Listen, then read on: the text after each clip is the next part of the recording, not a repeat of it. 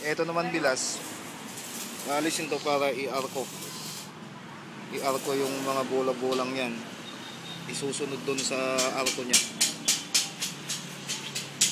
Ilalagay na yung mga design dito sa kwan. O nga pala, baka mapansin mo, hindi pa pantay to. Ayun.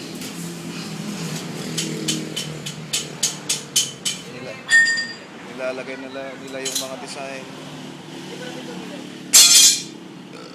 At saka ayan o, naglalagay na rin ng mga bisagra.